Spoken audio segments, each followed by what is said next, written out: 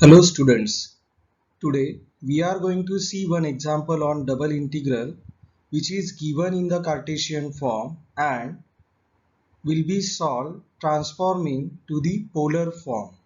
So let us consider the example.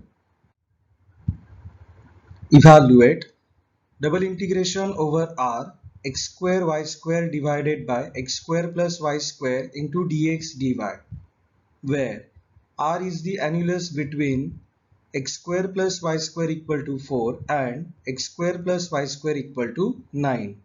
Let us see the solution. In this solution, we will call the given integral as I. This R is what? It is the region which is bounded or enclosed between the two concentric circles. X square plus y square equal to 4. It is a circle whose center is at origin and radius is 2. And second circle is the circle x square plus y square equal to 9 whose center is at origin and radius is equal to 3. So the given region is enclosed between these two circles and which is known as annulus. Now we are going to transform this integral into polar form. So let us see how to transform it into polar form and how to evaluate it further. To transform to polar form, we know what are the polar substitutions. Therefore, put x is equal to r cos theta, y is equal to r sin theta, and therefore area element dx into dy will be replaced by area element into the polar form, which is r into dr d theta. Therefore, the expression x square plus y square is equal to r square. Now, by the figure, we will see what is the region of integration and how to obtain the limits into the polar form. So this one is the polar coordinate system. This one is the circle in the polar form r equal to 2. In Cartesian form, it is x square plus y square is equal to 4. Consider the second circle now.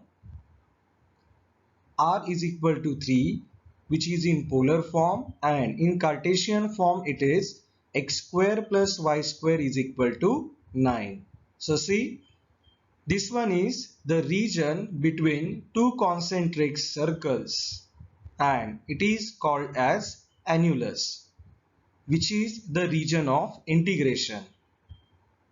Further, to obtain the limits into the polar form, we need to consider the radius vector.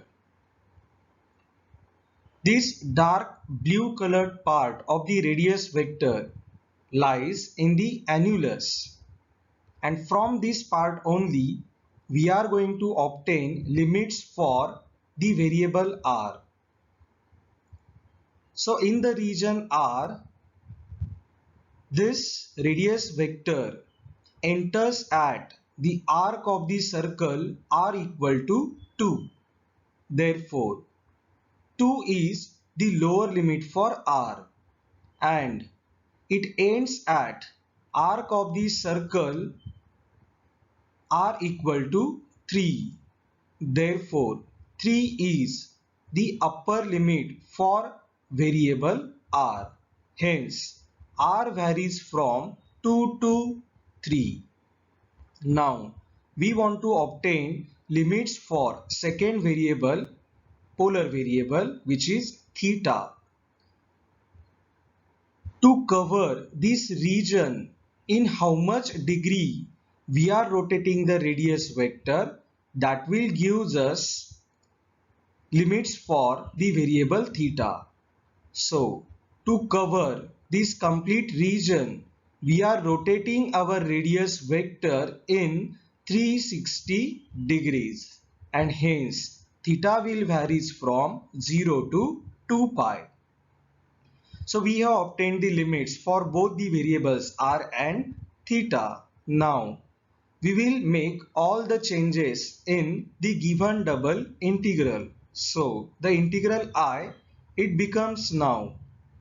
So I is equal to integration from 0 to 2 pi, integration from 2 to 3. We have replaced x by r cos theta, so x square is r square cos square theta, y by r sin theta, so y square is r square sin square theta, divided by x square plus y square by r square, and dx into dy by r dr d theta. So this is the transformation of the given double integral, which is in Cartesian form, into the polar form. Now we will simplify it further. In further simplification, we will cancel this r square from numerator and denominator. Hence, we will get the simplified form as,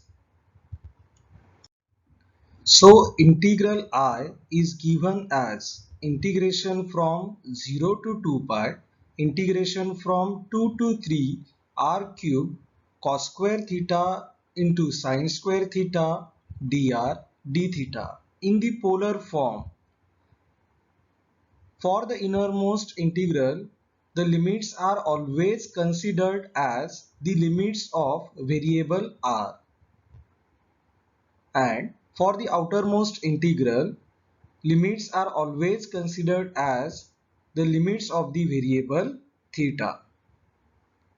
Now, as limits of both the integrals, they are constant, therefore we will solve the integrations with respect to r and with respect to theta simultaneously.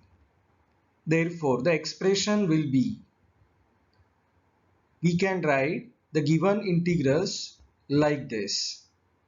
In the further simplification, we will express the first integral as powers of sine and cos function, both they are even, therefore this integral can be expressed as 4 times 0 to pi by 2 sine square theta cos square theta d theta, second integral as it is.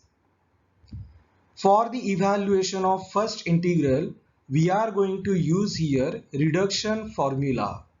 For the even power of sine and cosine function, the reduction formula is integration from 0 to pi by 2 sine raised to m theta cos raised to n theta d theta is equal to, in the numerator, m minus 1 into m minus 3 so on into n minus 1 into n minus 3 so on, divided by m plus n into m plus n minus 2 so on into pi by 2, when both m and n, they are even integers.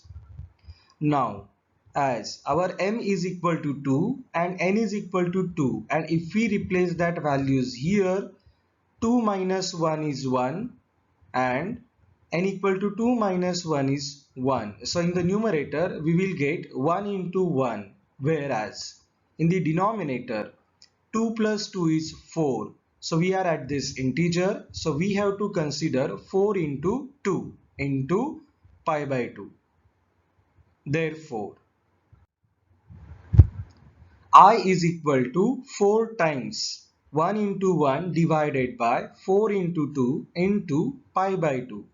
Integration of r cube is r raised to 4 divided by 4. Limits are from 2 to 3. Now this 4 will get cancelled and we left with pi upon 4 into 1 by 4 into 3 raised to 4 is 81 minus 2 raised to 4 is 16. Simplifying this, we will be getting the final answer as I is equal to 65 pi divided by 16. So in this way, the double integral in the Cartesian form will be transformed into the polar form and the value will be evaluated. I hope you have understood this. Thanks for watching this video.